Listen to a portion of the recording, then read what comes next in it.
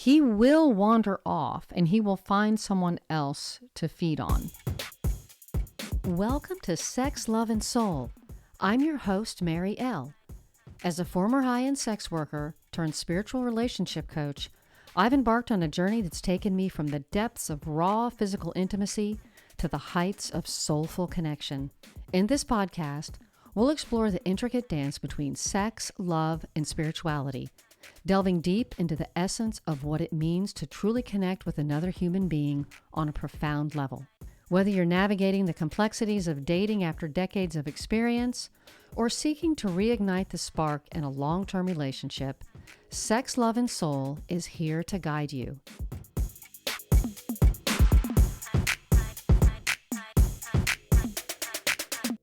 For this week, I wanted to dip back into something that's kind of fun for me, and that is talking about nice guys.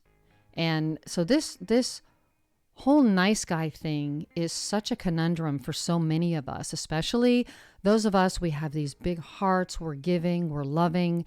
We want a nice man in our lives. We want someone who is attentive and a good listener and someone who's sweet and fun to be around. And we really feel like he is there for us and we are seen and we are heard by this man in our lives.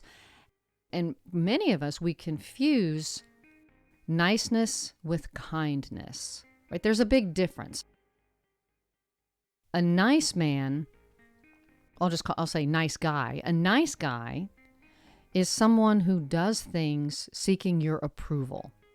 A man who is kind does things because he feels from his heart that is something that he wants to do for you, because he wants you to experience something like ease. The kind man goes and fills up your car with gas, has your oil changed, make sure your tires are full, as full as they need to be. That's stuff that, a kind man does. That sounds so basic, right? But I'm just saying that's something that's it's kind. That way you don't have to mess with it. You don't have to go to one of those places and get all that kind of stuff done. A man who is kind does that because he wants to make things pleasant for you. He wants to take something off of your plate, not to make himself look better, but with the idea of making something easier for you. So that's pretty basic, and I'm going to leave it at that. But to get more into the whole nice guy thing, one of the reasons that being around a man who is nice, who is too nice, why it feels bad, and why we're not sexually turned on by this guy, is because he has us on a pedestal. So not only is he seeking our approval and our acceptance because he needs an outward sign that he's okay, that he's worthy, he's also putting you on a pedestal. And when you're on this pedestal, there's no opportunity for you to be vulnerable. Right? You don't get to have normal woman feelings, normal human feelings. You don't get to express yourself authentically. Right? Because this man doesn't see you that way. He doesn't see you as another human being, as a spiritual being. He sees you as an object. You're being objectified. And when you're objectified, you're not a person with your own thoughts and feelings, beliefs and desires. You are just what that person thinks you are in their mind. That's who you are to them. So it's a very limited way of being for you. And I know we're familiar with being objectified sexually, and I think that's usually what we think of. I know it's what I think of when I think of a man objectifying me. He sees me as a sex object, as someone for his pleasure, not as a woman, not as a human, not as a spiritual being that has thoughts and feelings and ideas and desires and wants and needs of my own, right? It's all about him in his sexual gratification. Like I'm there for his pleasure. And when we're being objectified by a man sexually, I think that's actually easier for us to identify. One, because that's what we're used to hearing about, right? We're used to hearing about, oh, women are objectified. But when you're with a man who's a nice guy, you're being objectified in a different way. I'm not saying that you wouldn't be sexually objectified, but this is a different flavor of that. So let's continue talking about sexual objectification for a minute. Because this guy, a man who objectifies women sexually and thinks of women as only as objects for his pleasure, right? This is another flavor of loser. But the thing about sexual objectification, when you are with someone that you're attracted to, it can feel really good. Because a man who has that kind of charisma and power to be so seductive to a lot of women, right? Not just you. He does this to all women.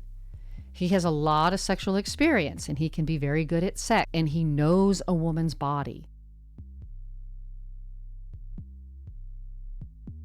He knows how to please a woman's body. And our bodies want to be seduced by men. If you're a heterosexual female, your body wants to be seduced and it's ready to be seduced by men.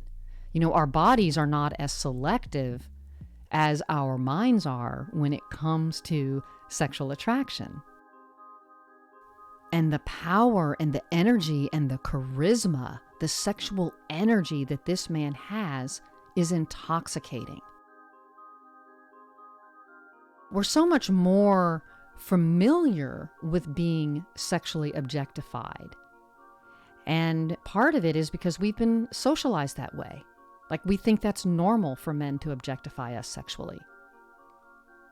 And another part is because it feels good. There's a reward.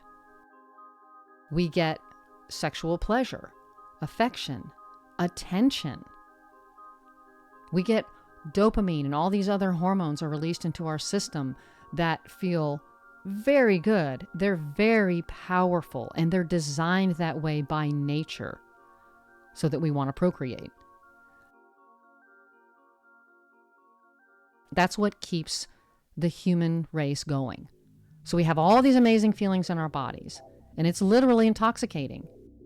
And actually, I would say that very, very few men actually have the kind of energy and charisma and power to objectify women in this way and successfully seduce women.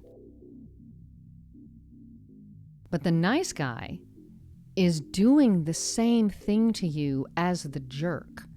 But instead of using sexual charisma, he's using emotional manipulation.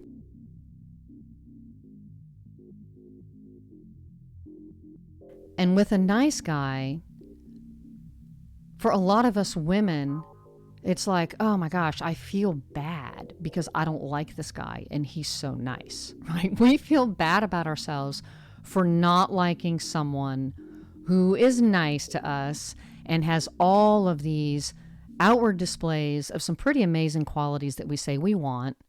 Like, you know, when we're making our lists of our yeses and our nos, this nice guy has so many of the characteristics that we want. Like I mentioned before, you know, someone who's attentive, someone who's a good listener, someone who is interested in hearing about our day, someone who is nice to our friends and is interested in what they have to say. And some of these men give us gifts and they like to spend a lot of time with us, and you know, all of these things that we say that we want, and these really special qualities that we say we need, and then we're not attracted to him, and then we think there's something wrong with us. And I know I've said this in a few different episodes because it's because it's very confusing, and it's true. It's like we say we want these characteristics, he has them, and then we feel bad about ourselves, like there's something wrong with us because we don't want to have sex with this guy. But really, what you're doing is being too superficial. Because it's not just about the man texting and calling and being sweet. It's also about a man standing in his masculine center, standing in his masculine power, and being balanced and being a rock solid individual. And not because he wants or needs something from you. He doesn't need anything from you. He doesn't need you to help him fix his life. He doesn't need you to help him pay his personal bills.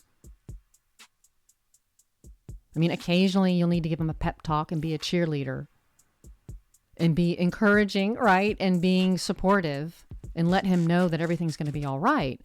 But he's not going to completely crater if you're not available to do that, right? He'll be okay. And I'm not going to get into this in too much detail here, but I'm not saying that, strong masculine energy men never need your support and your love and your kindness. That's not what I'm saying at all. But if you notice with nice guys, they thrive on that. They have to have that. And if they don't have it, they completely crater. And that's the important differentiation here, is that the nice guy, he needs you. He needs your approval, your attention.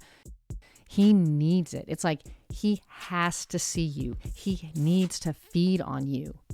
And then if you're not making yourself available to him, because you've just caught on like, oh boy, this is getting to be too much for me. I'm not turned on by him. I want to be, but I'm not.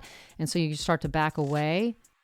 If you have very clear boundaries, like if you've caught on, you're like, oh, I see this guy for what he is. He is nice, and I don't want a nice guy. I want a kind man. I want a mature man. I want a self-sufficient man who doesn't need to feed on me emotionally for him to feel good about himself, right? Once you've caught onto that and you have very firm boundaries and tell him thanks, but no thanks, he will wander off and he will find someone else to feed on. I know it sounds so gross I'm saying feed on, but that's what it is. That's what it is. You're a source of fuel.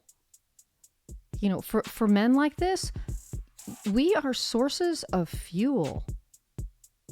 And it's gross because it's exhausting. And that's another reason you might hang out with somebody, oh, but he's so nice. And you're just completely exhausted all the time. But anyhow, if you do have these very firm boundaries, he will wander away. But if you don't, and you kind of have the talk with him where you friend zone him, and you don't tell him respectfully and nicely, hey, man, beat it, then he will be in your orbit, right? He will orbit you. He will watch you on social media, right? He'll pay attention to you and to what you're doing. And whenever he thinks there might be an in, he will reappear in your life and try to weasel his way back into your life. How nice is that? Like, think about that. Like, there's somebody that you have said, I don't see you that way. I'm not interested in pursuing a relationship with you. I appreciate you as a friend. And hopefully, you haven't said that because do you really want to be this guy's friend? No, you don't. You're just too afraid to hurt his feelings and say, dude, no. And how good of a person is that they don't respect your wishes and they think, oh, I'm going to wear her down. One day I'll win her heart. Like some weird stalkery rom-com protagonist. It's like, no. You have to cut these people loose and you have to stick to your guns. Because I say, nice guys aren't nice at all. They're often codependent weirdos. Okay, I've said enough. It's good to be back. I've missed y'all. Now I'm back with lots and lots and lots of incredible episodes that I haven't thought of yet, but they're coming. Okay, I'll see you next week. I love you. Bye for now.